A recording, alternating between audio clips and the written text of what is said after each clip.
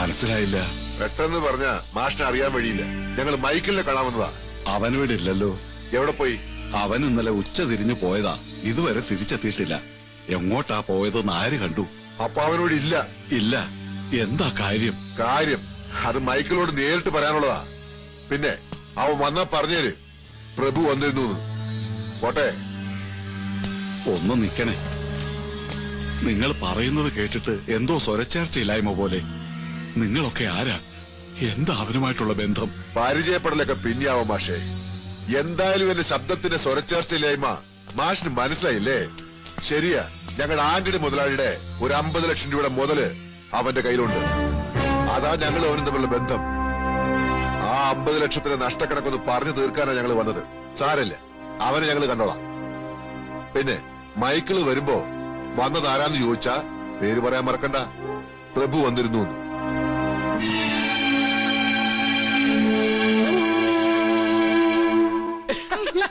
Kerala, God's own country. Madamas, English very much knows I. All Madamas, not only but also, I love and help. You kiss or I kiss? What? Okay, no kiss. One day I benega crorepati, and this chain one Russian Madama gives. You give some chain? See, Sebastian, I just want to meet Michael. Yeah, Michael, here or where I find Michael. ചേട്ടാ ഒരു കോളത്ത് വരുമ്പോ ആളെ കാണൂലെന്ന് പറഞ്ഞ പോലെ ആണല്ലോ. എടാ മൈക്കിളെ, മൈക്കിളെ.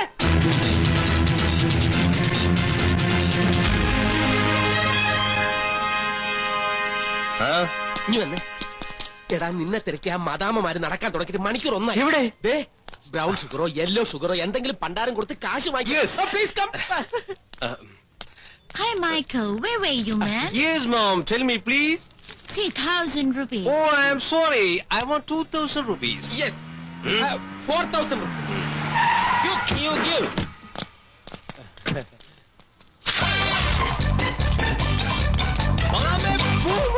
Michael!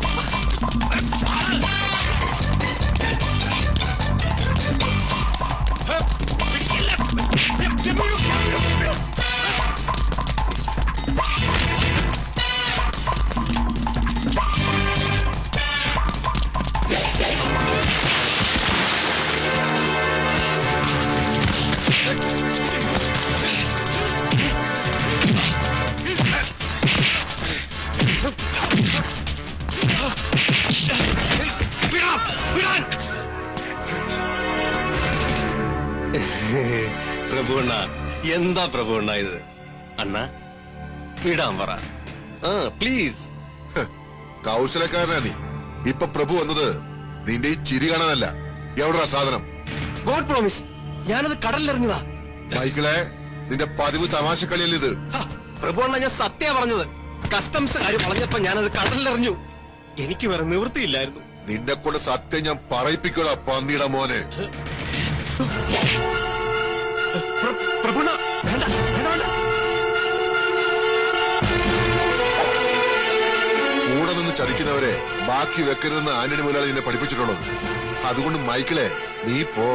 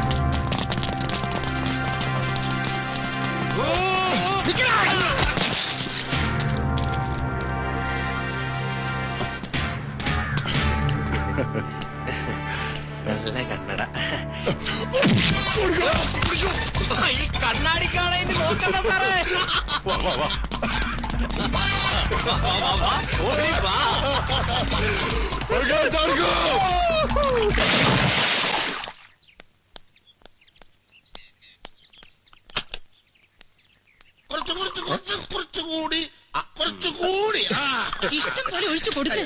ചുമ്മാ തേനൊന്ന് പറഞ്ഞ് കിടക്കുമ്പോ നോക്കാൻ മക്കളും മരുമക്കളും ഒത്തിരി ഉണ്ടല്ലോ. എനിക്ക് മക്കളും മരുമക്കളും ഒന്നും വേണ്ട, എനിക്ക് ഇവന്മാരും മതി. ആ ശരിയാ, മോളെ കെട്ടിച്ചു വിട്ടാലും ജോസഫേട്ടന് സ്മോളിങ്ങിന് കമ്പനി തരാനായിട്ടെങ്കിലും ഈ തടിമാടന്മാർ എപ്പോഴും കൂടെ കാണും. എന്തിനാ ഹോസ്പേട്ട വെച്ച് താമസിപ്പിക്കുന്നേ? ഏതെങ്കിലും കോന്തന്റെ തല്ലിൽ കെട്ടി വെച്ചൂടെ? എനിബടി പോരാ, ഇംഗ്ലണ്ടിലെ വെല്ലോൺ ഫാമിലിയിലെ വെല്ലോൺ പേഴ്സണെ കൊണ്ട് മാത്രമേ എന്റെ കൊച്ചുമകളെ ഞാൻ കെട്ടിക്കൂ. അതിനുള്ള പെട്ടിയും തൂക്കിക്കൊണ്ട് നടക്കാൻ തുടങ്ങിയിട്ട് കാലം കുറെ ആയല്ലോ. നീ വിളിക്കണ്ട, യവൻ കാരണം എത്ര പേരുടെ തല്ല ഞാൻ ദിവസവും കൊണ്ടോണ്ടിരിക്കുന്നറിയോ? അയ്യോ പട്ടി കുറയ്ക്കുന്നു, പോലീസാണെന്ന് തോന്നുന്നു. മനസ്സമാനായിട്ട് മദ്യവെക്കാൻ സമ്മതിക്കില്ലെന്ന് പറഞ്ഞു. ഇവരുടെ 100 പ്രാവശ്യം പറഞ്ഞിട്ടുള്ള ഈ കള്ളക്കടത്തുകാരോട് ഒലത്താൻ പോകരുതെന്ന്. നട റോട്ടിട്ട് പേപ്പട്ടിയെ തല്ലുന്നവരെ തല്ലുന്ന കണ്ടിട്ടാ ഞാൻ ഈ നാറിയ പ്രശ്നത്തെ ഇടപെട്ട തന്നെ. സമാധാനമായി, പോലീസല്ല, നമ്മുടെ ബാർബർ കുട്ടപ്പൻ ചേട്ടനാണോ?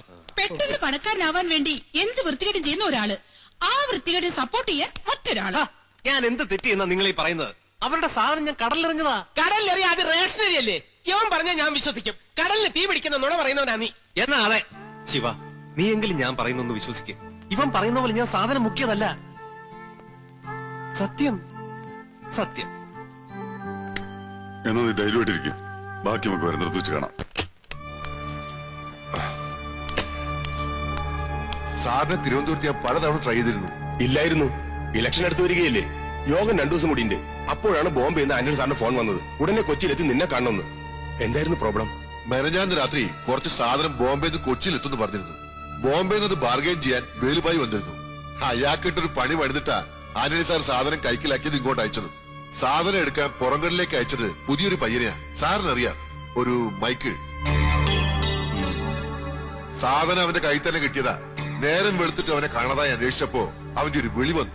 കസ്റ്റംസുകാർ പിടിച്ചപ്പോ അവനത് കടലിൽ എറിഞ്ഞു. അത് ശുദ്ധ നുണയാ. മെനഞ്ഞാന്ന് രാത്രി ഒരു കസ്റ്റംസുകാർ ഇവിടെ കടലിൽ ഇറങ്ങിയിട്ടില്ല. എന്നിട്ട് അവന് തപ്പിയില്ലേ? തപ്പി, പക്ഷെ എന്റെയും പിള്ളേരുടെയും കയ്യിൽ അവൻ രക്ഷപ്പെട്ടു. പയ്യൻ കൊള്ളാലോ. ആന്റണി സാറ് പറഞ്ഞ അവനെ കിട്ടിയില്ലെങ്കിൽ അവരുമായി ബന്ധമുള്ള എല്ലാരെയും പിടിച്ച് അകത്തിടാനാ. അത് ഇങ്ങനൊരു കേസിൽ പോലീസ് ഇടപെടുക എന്ന് പറഞ്ഞാൽ അവന്മാരെ പേരിൽ എന്തെങ്കിലും കേസ് ഉണ്ടാക്കണോ? സാർ അത് എനിക്ക് വയ്യെങ്കിൽ ഞാൻ SP വിളിച്ച് പറയാം. വേണ്ട സാർ.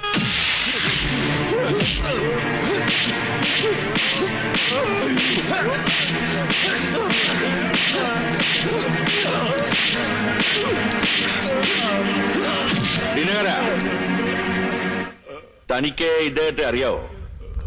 ഈ ആന്റണിയെ അക്കവും അക്ഷരവും പഠിപ്പിച്ച പഴയ പള്ളിക്കൂടം വാദ്യാർ സിറിയാക്ക് മാസ്റ്റർ. നമസ്കാരം മാസ്റ്റർ. നമസ്കാരം. എന്നെ പോലുള്ളവർക്ക് ജീവിതം എന്നത് ഒരു പാമ്പും കോണിയും കളിയാ. ഇപ്പോഴത്തെ കളിയിൽ മാസ്റ്ററിന്റെ മകൻ മൈക്കിൾ എന്റെ 50 ലക്ഷം രൂപയുടെ മുതലുമായിട്ടാ മുങ്ങിയത്. എവിടെയുണ്ടവൻ? എനിക്കറിയില്ല. പണിക്കരെ, എന്തായടൂ സമയം? 12:10. 12:10. സമയം മോശമാണല്ലോ പണിക്കരെ. ദൈവത്തെ ഓർത്ത് എന്നെ ഒന്നും ചെയ്യരുത്, ഞാനൊരു രോഗിയാ. ഇനി തല്ലിയാ താൻ ചാവും. അതൊഴിവാക്കാൻ വേണ്ടിയാ. പറ, എവിടെയാ മൈക്കിൾ? എനിക്കറിയില്ല, സത്യമായിട്ടും അറിയില്ല.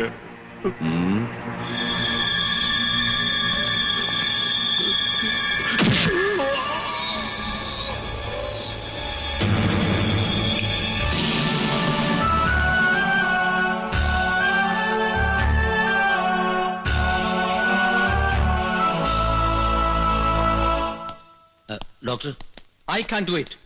അങ്ങനെ പറയരുത്. പകരം ഡോക്ടർ എന്ത് ചോദിച്ചാലും മുതലാളി തരും. Please don't disturb me. Doctor ഒന്നുകൂടി ആലോചിക്ക്. ആന്റണി മുതലാളിയുടെ കേസാണ്. Who is Antony? I can change the postmortem report. ഒരു അബദ്ധം പറ്റിയതാ, ചെറിയൊരു കൈയബദ്ധം. ഡോക്ടർ വിചാരിച്ചാൽ അത്. Now look mister Antony, I have told him everything and still if you disturb I will have to report it. അയാൾ ചെയ്യൂലെന്ന്. വീട്ടിൽ ആരൊക്കെ ഉണ്ടെന്ന് ചോദിക്കണോ പണിക്കരെ?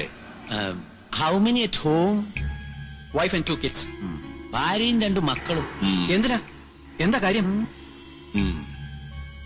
പണിക്കരെ, സമയം എന്തായിരുന്നു? കൃത്യം പറഞ്ഞ 2:15.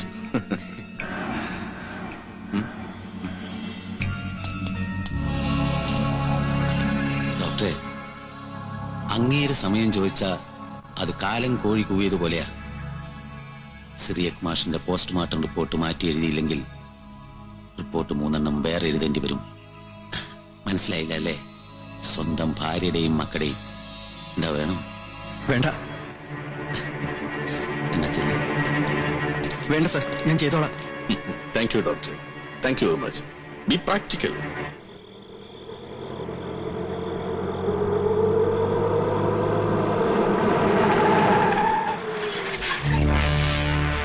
ആരാടോ നടുറോടി വണ്ടിയുമായിട്ട്?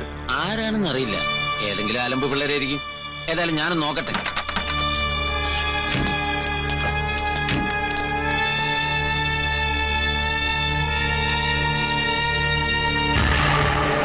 വേലുഭായ്, മുതലാളി.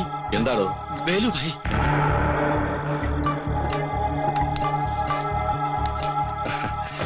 ഭായ്. ഫോർട്ട് കൊച്ചിയുടെ രാജാവേ, വണക്കം. നിന്റെ ഈ കാലു തൊട്ട് വണങ്ങുന്ന സ്വഭാവം നീ ഇതുവരെ മറന്നിട്ടില്ല അല്ലേ? പക്ഷെ ഒരു കാര്യം നീ മറന്നു. ഒരിക്കലും മറക്കാൻ പാടില്ലാത്ത കാര്യം.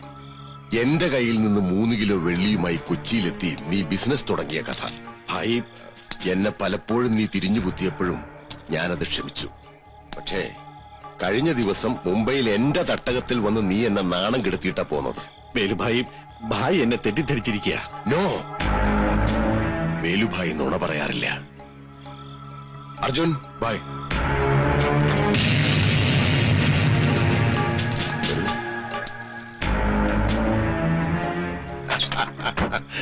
എന്നെ ചതിച്ച് നീ സ്വന്തമാക്കിയ ആ പയ്യൻ എടുത്തു എന്ന് നീ കരുതുന്ന എന്റെ മുതല്.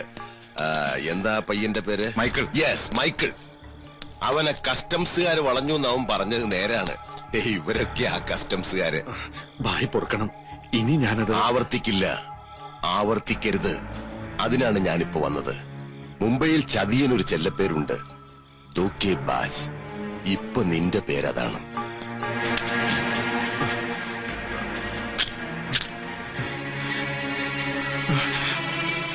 ഭായ് പ്ലീസ് എന്നെ കൊല്ലരുത്.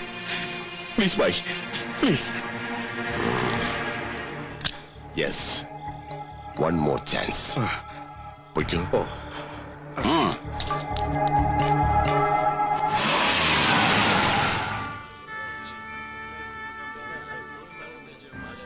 ഒപ്പീസ് വെല്ലേണ്ട കാര്യമൊക്കെ ഞാൻ അച്ഛനോട് പറഞ്ഞ് ഏർപ്പാടാക്കിയിട്ടുണ്ട്. നിക്കവിടെ, ഒരടി മുന്നോട്ട് വയ്ക്കരുത്.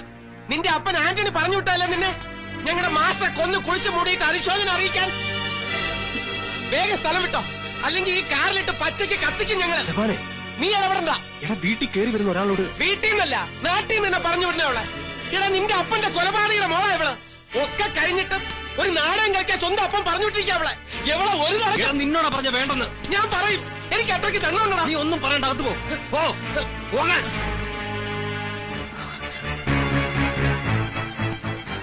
ഞാൻ വന്നത് ക്ഷമ ചോദിക്കാനാ. എന്റെ പപ്പ ചെയ്ത തെറ്റിന് ക്ഷമ ചോദിക്കാൻ സ്വന്തം ഇഷ്ടപ്രകാരം ഇറങ്ങിയതാണെങ്കിൽ ഈ തുറയിൽ എത്ര പേരെ കണ്ട് ക്ഷമ ചോദിക്കുന്നീ? ഒരു ജന്മം മുഴുവൻ പ്രായച്ചിത്തം ചെയ്താലും തീരാത്ത മഹാപാപങ്ങൾ ഈ തുറക്കാരോട് ചെയ്തു കൂട്ടിയിട്ടുണ്ട് നിന്റെ പപ്പ. ഒടുവിൽ ഒരു തെറ്റും ചെയ്യാത്ത എന്റെ അപ്പനെ പകരത്തിന് പകരം മൈക്കിൾ അറിയാഞ്ഞിട്ടല്ല, എല്ലാം ഒന്ന് അടയും കാണാൻ ക്ഷമിക്കുക. ഞാൻ പോയി പറഞ്ഞേക്ക് നിന്റെ പപ്പയോട്. തല്ലിച്ചതച്ചു വന്ന പഴയ പള്ളിക്കൂടം ബാധ്യയുടെ ആത്മാവിന് ഗുരുദക്ഷിണ ചോദിക്കാൻ ഒരു നാൾ മൈക്കിൾ വരുമെന്ന്. അന്ന് നീയും നിന്റെ പപ്പയും ഒരുപാട് വില തരേണ്ടി വരും എനിക്ക്. പോയിക്കോ.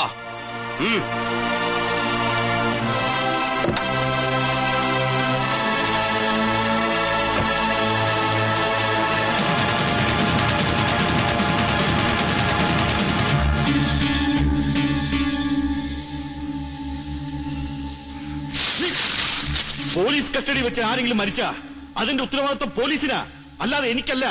ഒരു കുട്ടി പത്രം എന്തെങ്കിലും എഴുതിന്ന് വെച്ച് പോസ്റ്റ്മോർട്ടം റിപ്പോർട്ട് വരട്ടെ. ആ ഡോക്ടർക്ക് നമ്മൾ വാരി കോരി കൊടുത്തതല്ലേ. പപ്പയ്ക്ക് ഇത് എങ്ങനെ കഴിയുന്നു? തന്നെ നടക്കാൻ ത്രാണിയില്ലാത്ത ഒരു പാവം വൃദ്ധരെ തല്ലിക്കൊള്ളുക. എന്തിനു വേണ്ടി? ആർക്ക് വേണ്ടി? എനിക്കും മമ്മിക്കും വേണ്ടിയാണെങ്കിൽ വേണ്ട. ഈ വൃത്തിയായിട്ട പണം കൊണ്ടുണ്ടാക്കിയ ഒന്നും ഞങ്ങൾക്ക് വേണ്ട. മോളെ എന്തൊക്കെയായി പറയുന്നേ? മോളകത്തു പോ. മിണ്ടരുത്. നിങ്ങളാണ് ഇതിനൊക്കെ കാരണക്കാരൻ. കൊന്നും പിടിച്ചു പറിച്ചും ഉണ്ടാക്കിയതിന്റെ ഒരു വിഹിതം പറ്റാൻ വേണ്ടി പപ്പയെ കൊണ്ടൊക്കെ ചെയ്യിക്കാൻ നിങ്ങള്. ഇത്രയും വർഷത്തിനിടയ്ക്ക് നിന്റെ മമ്മി പോലും ഇയാളുടെ മുഖത്ത് നോക്കി ഇങ്ങനെ വിരൽ ചൂണ്ടി സംസാരിച്ചിട്ടില്ല. കാരണം എന്താണെന്നറിയോ നിനക്ക്? പുറത്തു കണ്ടാൽ പോലീസുകാരും നാട്ടുകാരും കല്ലെറിഞ്ഞു കൊല്ലാൻ നടക്കുന്ന ഒരു കാലമുണ്ടായിരുന്നു. അന്ന് ഈ കടപ്പുറത്ത് എനിക്കും നിന്റെ മമ്മിക്ക് അഭയം തന്നത് ഇയാളാ, ഈ പണിക്കർ. നാട്ടുകാരുടെയും പോലീസിന്റെ കണ്ണുവെട്ടിച്ച് ഇയാൾ കൊണ്ടുതന്ന ഒരു പിടി വറ്റും ഒരു അപ്പക്കഷ്ണമാ നമ്മളെയൊക്കെ ഇവിടം വരെ കൊണ്ടെത്തിച്ചത്. കൊണ്ടെത്തിച്ചത് കലക്ടർ ഉദ്യോഗത്തിലല്ലോ, അറപ്പും വെറുപ്പും തോന്നുന്ന ഒരു ചെകുത്താനായിട്ടല്ലേ? മോളെ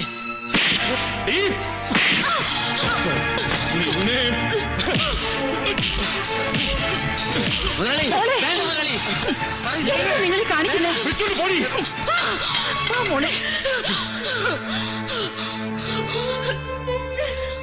മുതലാളി എന്തായി കാണിച്ചത്? പണിക്കരെ, അവളടിച്ചത് തന്റെ മുഖത്തല്ലടോ, ഇവിടെയാ, ഇവിടെ.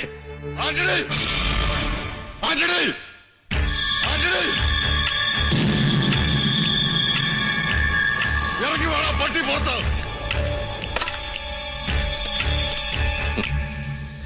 പോലീസിനെയാണോ? വേണ്ട, രഘുവിനെ വിളി. രഘുരാമനെ MLA. ഇവറ്റകളെ തോൽപ്പിക്കേണ്ടത് ശക്തി കൊണ്ടല്ല, ബുദ്ധി കൊണ്ടാ.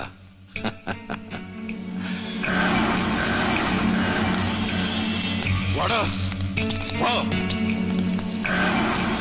ആ പാവം മാസ്റ്ററെ ഇഞ്ചിഞ്ചായി കൊന്നിട്ടാണോ നീ?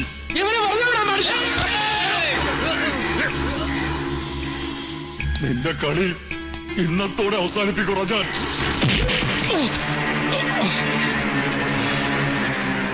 ചെറിയ മാസ്റ്റർ ശരീരത്തിൽ വീണ ഓരോ അടിക്കും നിന്നെ കൊണ്ട് ഞാൻ എണ്ണി എണ്ണി കണക്ക് പറയ്ക്കും.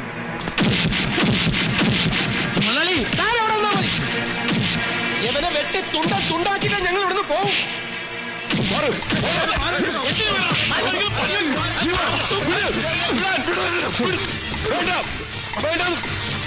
തെറ്റ് ചെയ്ത് ഇയാളാണെങ്കിൽ അതിന് ശിക്ഷ ഞാൻ വാങ്ങിച്ചു കൊടുക്കും. നിങ്ങൾ MLA പറയണത് ഇല്ല, ഈ തുറയിൽ ഒരാളെ കൂടി കൊല്ലാൻ ഈ ചെട്ടി അതിന് ബാക്കി വെച്ചില്ല. ശിവ, ഞാൻ പറയുന്നത് കേൾക്ക്. സമാനെ പിടിച്ച് മാറ്റിവനെ. ഇവിടെ വെച്ച് എന്തെങ്കിലും സംഭവിച്ച കേസ് മാറി നിങ്ങൾ കൊടുക്കും. വേണ്ട ശിവ, കാര്യങ്ങളൊക്കെ MLA സ്ഥിതിക്ക് നീ വാ, ഞാനാ പറയുന്നത്. സാറേ, അവനെ വെറുതെ വിടരുത്. ഈ ചെറ്റയെ ചുമ്മാ വിടരുത്.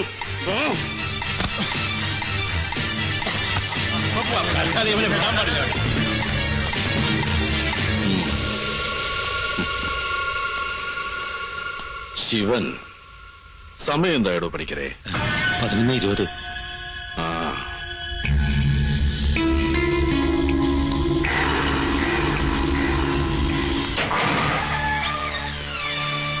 വരും.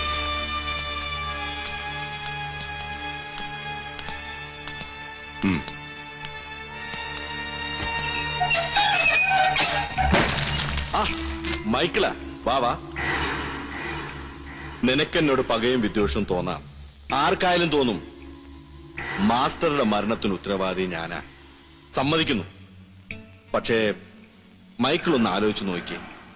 നിന്റെ ഒരു അശ്രദ്ധ കാരണം എനിക്ക് നഷ്ടമായത് 50 ലക്ഷമാ. അങ്ങനെ ഉണ്ടായൊരു നഷ്ടത്തിന്റെ പുറത്ത് ഒരു ദുർബല നിമിഷത്തിൽ എന്റെ കണക്കുകൾ തെറ്റിപ്പോയി. അതിന് പരിഹാരം ചെയ്യാനാ ഞാൻ നിന്നെ ഇങ്ങോട്ട് വിളിപ്പിച്ചത്. പണിക്കരെ,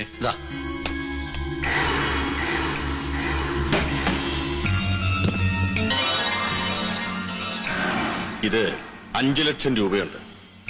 നിന്റെ അപ്പന്റെ മരണത്തിനുള്ള പ്രതിഫലമല്ലത്, ഇത് നിനക്കുള്ളതാണ്. മാഷിന്റെ മരണത്തെ ചൊല്ലി ഇനി ഒരു പ്രശ്നവും ഈ തുറയിലുണ്ടാവാൻ പാടില്ല. നിന്റെ സുഹൃത്ത് ശിവയും കൂട്ടരും ഇതും പറഞ്ഞ് നീ കുഴപ്പമുണ്ടാക്കരുത്. ആരും അറിയാതെ നീ ഈ പ്രശ്നം ഒന്ന് ഒതുക്കി തരണം. ആക്ഷൻ കമ്മിറ്റി ഉണ്ടാക്കാനും അനുശോചനം കൂടാനുമേ നാട്ടുകാരെ കിട്ടൂ. പക്ഷെ ഞാൻ അങ്ങനെയല്ല, എപ്പോഴും പ്രാക്ടിക്കലാ. പണം പണം വേണം മൈക്കിളെ, എങ്കിലേ നിനക്കും എനിക്കൊക്കെ ഒരു വിലയുള്ളൂ. മൈക്കിളെ, എനിക്ക് നിന്റെ മനസ്സ് വായിക്കാൻ പറ്റും. ഈ പണം വേണോ അല്ലെങ്കിൽ ആദർശം പറഞ്ഞ് വിഡ്ഢിത്തം കാട്ടണോ? തീരുമാനം നിന്റെതാ.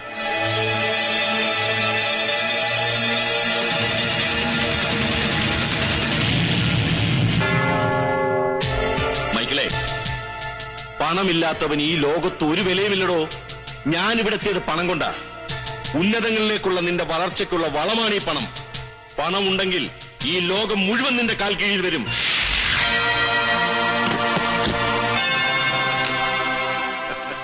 Good boy. എന്നും ഇങ്ങനെ ആയിരിക്കണം. നിനക്ക് എന്താവശ്യമുണ്ടെങ്കിലും എന്റെ അടുത്ത് വരാൻ മടിക്കരുത്. B practical.